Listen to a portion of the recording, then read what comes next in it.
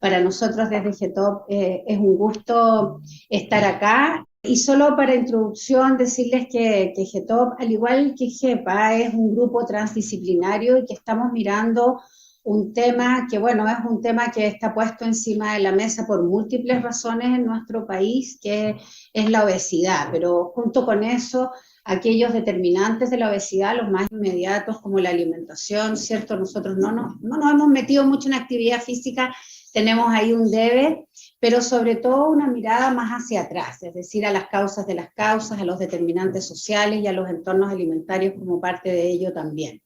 Así que este estudio que presentamos a FONIS, que lo presentamos 2 veces porque tuvimos que pulir bien ahí lo que queríamos. Al principio encontraron que habíamos sido demasiado ambiciosos, entonces nos tuvimos que poner un poco de foco. Es sobre la evaluación de la percepción de los ambientes alimentarios. Nosotros desde GETOP estamos proponiendo hace mucho rato que mientras no modifiquemos los ambientes alimentarios va a ser difícil modificar la conducta alimentaria. Y no es que estemos en contra de la educación alimentaria, pero pensamos que la educación sin un contexto es poco probable que pueda surtir efecto. Y entonces en ese sentido empezamos a investigar en torno a cuáles eran los instrumentos para poder evaluar ambientes alimentarios, porque si le estábamos echando la culpa a los ambientes, entonces teníamos que entender cómo era que funcionaban estos ambientes, y de allí nace en este grupo y en una discusión que fue bien transdisciplinaria, eh, la idea de presentar este proyecto. Bueno, no les voy a dar cifras porque ustedes las saben, solo decir que este problema es un problema grave. Yo creo que es el principal problema de salud pública, y uno podrá decir, son las cardiovasculares y el cáncer, pero es que detrás de las cardiovasculares y el cáncer está la alimentación y está la obesidad, y que aunque no tenemos una encuesta nacional de salud muy reciente, la última es del 2016-2017, probablemente la próxima que venga va a empeorar, y esto no porque yo sea pesimista, sino que porque entre medio hemos tenido una pandemia bien devastadora en términos del impacto en alimentación y en seguridad alimentaria, y ya en los niños hemos visto algunos resultados bastante negativos. También, como ya decía, la alimentación tras esto, y no tengo que resumirles en que el 95% de la población de este país no cumple las guías alimentarias. Cierto que las guías alimentarias parece que van a ser cambiadas prontamente, ahí algo hemos sabido de eso, pero no creo que mejore esa cifra, capaz que si las guías son mejores, empeore. Así es que bueno, ya digo que no es que quiero ser muy pesimista, sino más bien muy realista. Bueno, y en ese contexto, en el año 2017, un poco antes en realidad, desde el Ministerio de Salud se empezó a trabajar, yo estaba en esa época allí, en desarrollar una política nacional de alimentación y nutrición para nuestro país. Pero en el contexto de la preparación de esa política se licitó un estudio, por lo menos para entender conceptualmente de qué estábamos hablando en Chile cuando hablábamos de ambientes alimentarios. En esa época no había tanta información como la que hay ahora. Y bueno, y casualmente, o quizás no era casual, adjudicaron en ese proyecto el equipo de Patricia, Daniel y Ricardo Cerda, que no está aquí presente hoy día, y ellos hicieron un estudio muy interesante que nos propone, y es una propuesta, ¿no es cierto? Pueden haber muchas definiciones y muchas propuestas y todas son correctas, no hay una mejor que otra, pero nos propuso para Chile este modelo de ambientes alimentarios en que lo que observa es cuáles son los ambientes por los que circulan las personas. Cómo vamos desde nuestro ambiente hogar a una vía pública para trasladarnos a un ambiente organizacional, ya sea escuela, estudios superiores, trabajo, cómo recurrimos a algunos lugares para adquirir comidas, restaurantes, casinos, y a la vez recurrimos a todo lo que nos rodea para abastecer todos estos ambientes, que es lo que llaman el ambiente de abastecimiento. Y por supuesto todo esto muy tensionado por la política pública, no solamente en el ámbito alimentario, sino que en el ámbito económico, las decisiones macro o microeconómicas que se tomen, las relaciones internacionales que generan intercambio comercial, etcétera, y por supuesto esto tratando de cruzarse suavemente, y en realidad no es así, con nuestra cultura alimentaria. Entendiendo entonces que en este contexto podemos definir lo que es un ambiente obesogénico, como aquel que promueve esta alimentación que hoy día tenemos, ¿no es cierto? Una alimentación que sabemos que no es saludable y que tensiona un conjunto de consecuencias en la salud, pero también en lo social. Bueno, entonces el objetivo del proyecto que presentamos fue evaluar diferencias en la percepción del ambiente alimentario entre hogares de comunas de distinto nivel socioeconómico en base a un instrumento estandarizado. Ese es el objetivo más macro, hacia allá estamos caminando. Y para eso nos pusimos 5 objetivos específicos y están chiquititos, el 2, el 3, el 4 y el 5, porque lo que vamos a presentar hoy día es más bien los resultados a propósito del objetivo específico 1, que es adaptar culturalmente un instrumento. Investigamos ahí qué instrumentos estaban disponibles, nos pareció que este era muy interesante, que le llaman NEMS-P, que es el Nutrition Environment Measurement Survey, y el P es de Perception. Y estos NEMS tienen también estudios del ambiente de restauración, tienen estudios del ambiente de abastecimiento, tienen distintos instrumentos para evaluar ambientes que coinciden bastante con nuestra definición de ambiente, y creo que eso fue lo que nos atrajo tanto para adaptar este instrumento, y porque también este estudio de percepción, este instrumento de percepción, ha ido demostrando en este tiempo y desde antes que partiéramos que tiene una muy buena relación o correlación con los otros ambientes, es decir, lo que la gente percibe efectivamente parece que lo que está pasando. Bueno, y los otros objetivos tenían que ver ya con apuntar más al objetivo principal, que era entonces, después de validado este instrumento y de probado en un piloto, ir a aplicarlo ya en terreno en 2 comunas, una es Cerro Navia y la otra es Macul, que son de niveles socioeconómicos bastante diferentes. La CACEN las tiene ahí bien separadas. Así es que, bueno, eso es nuestro proyecto. Para el piloto, lo que hicimos fue aplicarlo en Peñalolén, que es una comuna distinta a las comunas finales, para no ensuciar en nada la muestra, y eso fue en 200 hogares, en 2 ocasiones. Tuvimos ahí una pérdida, pero fue menor al 20%, que lo encontrábamos como exitoso. Bueno, obviamente este piloto no buscaba, no es el levantamiento de información que queremos al final, sino era un poco probar el instrumento, y por eso hay una parte que es medir la confiabilidad de la validez. Ahí se aplicaron los coeficientes. Yo soy antropólogo, por lo tanto esta es la parte muy ajena a mí, pero en general había varias preguntas que tenían valores aceptables de confiabilidad y de consistencia, porque además nos aplicaban 2 veces, era la consistencia interna que tuvieran las respuestas, y habían algunas que no, y eso implicó obviamente que ahora en este momento se está haciendo el levantamiento final, que este instrumento fuera modificado después del piloto. Bueno, estos son los datos muy generales descriptivos de la población. Como decía Lorena, la mayoría eran mujeres, el promedio eran 43 años, y hay una serie de como resultados ante ciertas preguntas de percepción, por ejemplo, del ambiente doméstico, de percepción si tienen disponibilidad de ciertos alimentos, ¿no? Disponibilidad de fruta, y en general hay unos valores altos, pero estos valores altos, que son percepción de disponibilidad, no nos dicen mucho, justamente porque no sabemos cómo se comportan esas poblaciones. Voy a pasar como estas que son más descriptivas, pero igual hay cosas interesantes. Por ejemplo, la compra del supermercado y la feria, se produjo en esto. ¿Cuál es el lugar más importante de compras? Se producía una diferencia marcada entre 2 grupos, que como la mitad más o menos compra básicamente en el supermercado y la otra mitad en la feria, y eso también nos llevó a plantearnos preguntas que originalmente el instrumento no tenía. Por ejemplo, si estos 2 grupos tienen conductas distintas. Y tratamos de hacer en este primer piloto, que reitero, no es una muestra que busque los resultados finales de la aplicación del instrumento, pero tratamos de buscar si es que esos cruces están produciendo algo, es decir, si estarían conductas diferenciadas por la gente que compra en el supermercado o compra en la feria. Y bueno, lo que a mí me parece me encuentro más interesante del momento en que estamos es un poco esto, ¿no? Esta es la pregunta original, que era la de disponibilidad de alimentos en el hogar, que tenía el instrumento norteamericano, que tiene unos alimentos que a uno le pueden parecer, no sé, poco discriminadores de nada, como pan blanco y pan de grano entero, en general en Chile ese tipo de dicotomías no existen, y nosotros hicimos la apuesta a partir de todos estos grupos focales y todas las entrevistas que hicimos antes y todo este proceso de adaptación, además de los alimentos que aparecen en la Encuesta Nacional de Consumo Alimentario, una lista de alimentos que nos parecía pertinente preguntar, ¿no? Que es la lista que ven a la derecha.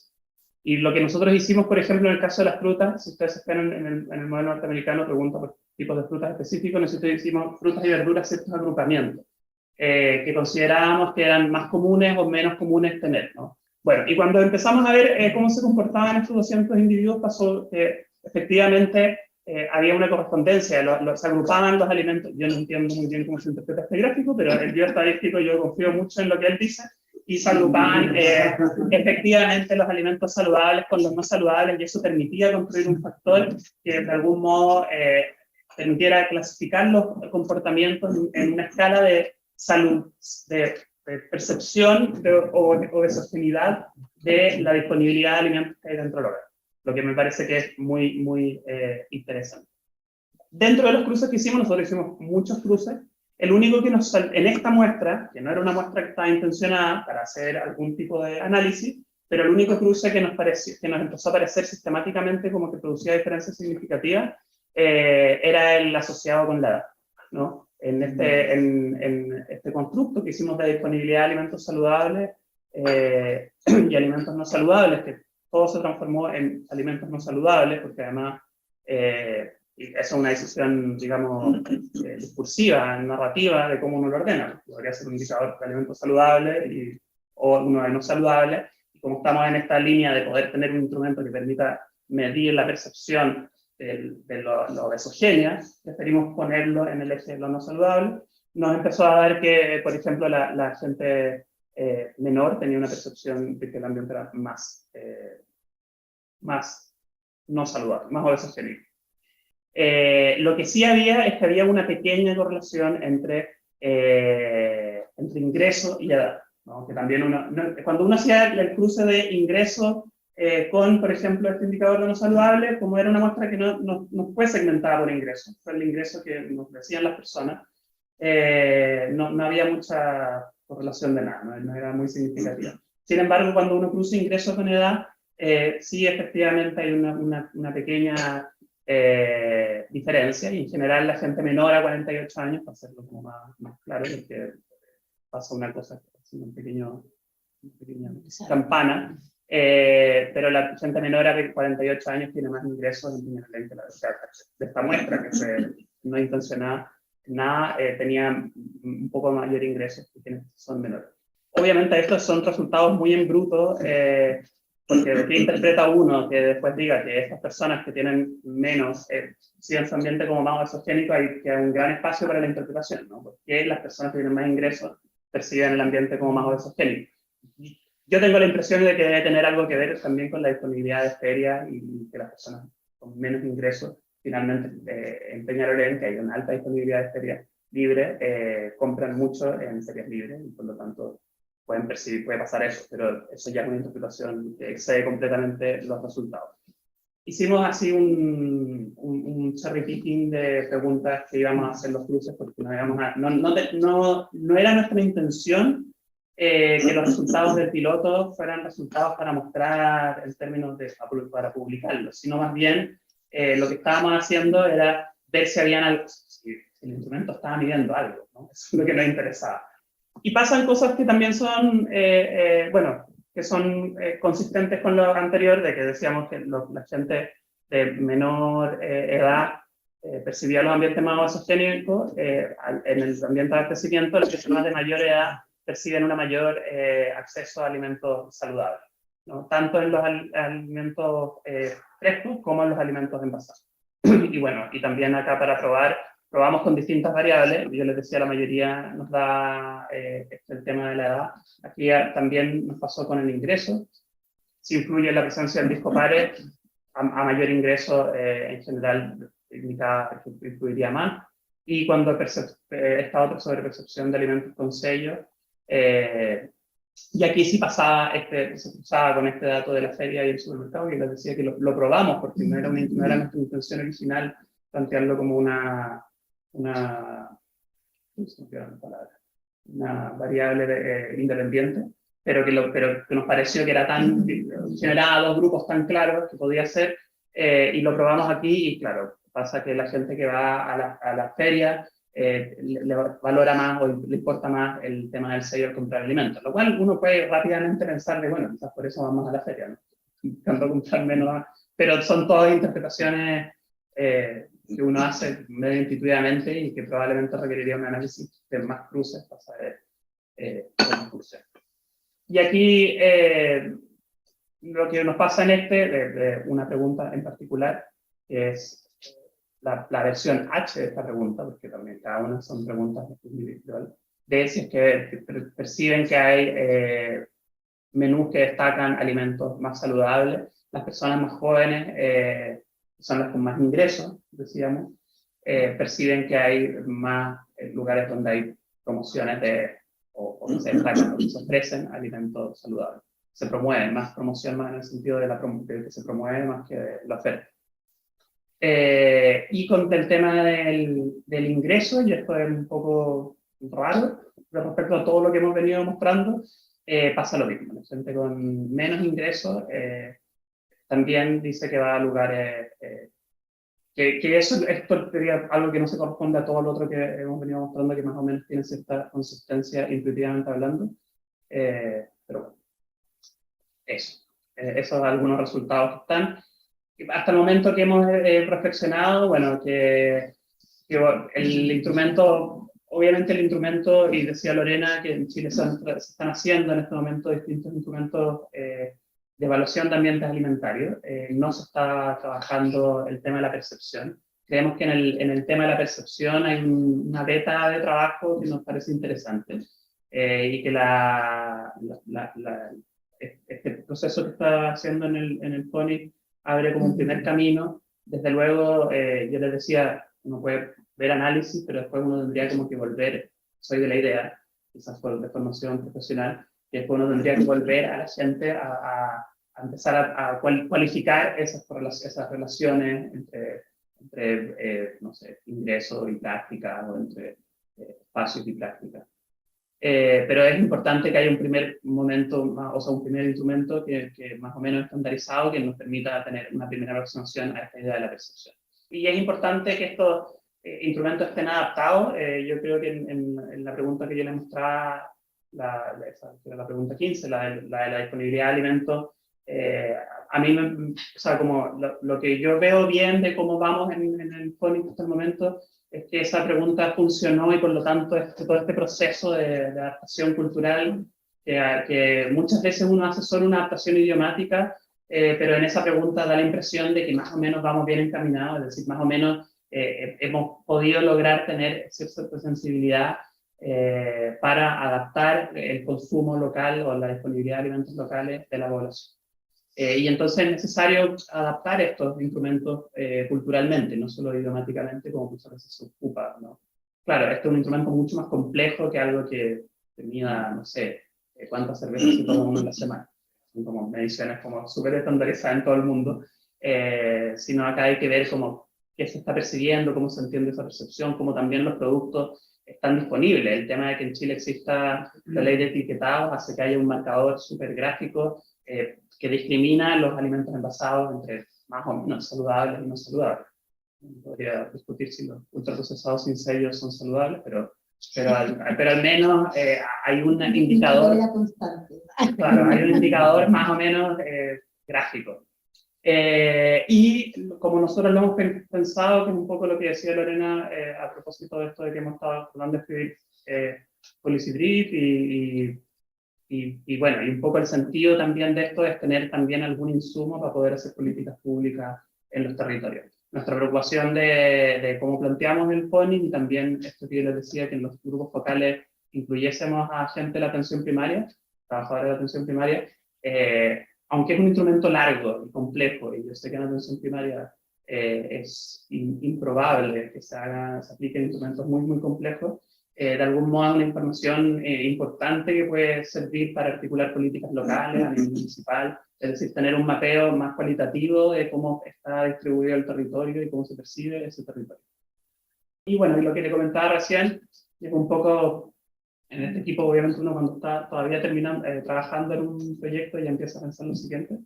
Las reflexiones que nosotros hemos hecho es justamente eso, es a partir de este instrumento empezar a trabajar con estudios más cualitativos tras la aplicación de este instrumento en determinada población, no en el contexto de este fondo necesariamente, pero tenemos intención de presentar un proyecto, que quién sabe si salen los proyectos, que va un poco en esa línea, es decir, de empezar a profundizar este tipo de percepciones que están con un instrumento muy estructurado, empezar a como profundizar cómo las personas perciben su entorno alimentario, su ambiente alimentario, y cuando eso es génico, más con metodologías más, no sé, más etnográficas de seguimiento de esa población, pero desde luego creo que el insumo de este instrumento, o sea, creo que son cosas que dialogan, ¿no? Tener también una información más estructurada, que permita también establecer algunas líneas que sean necesarias profundizar, porque si no es un trabajo como muy de ciego, de ponerse a buscar desde dónde uno parte a ver la percepción de la población. Yes.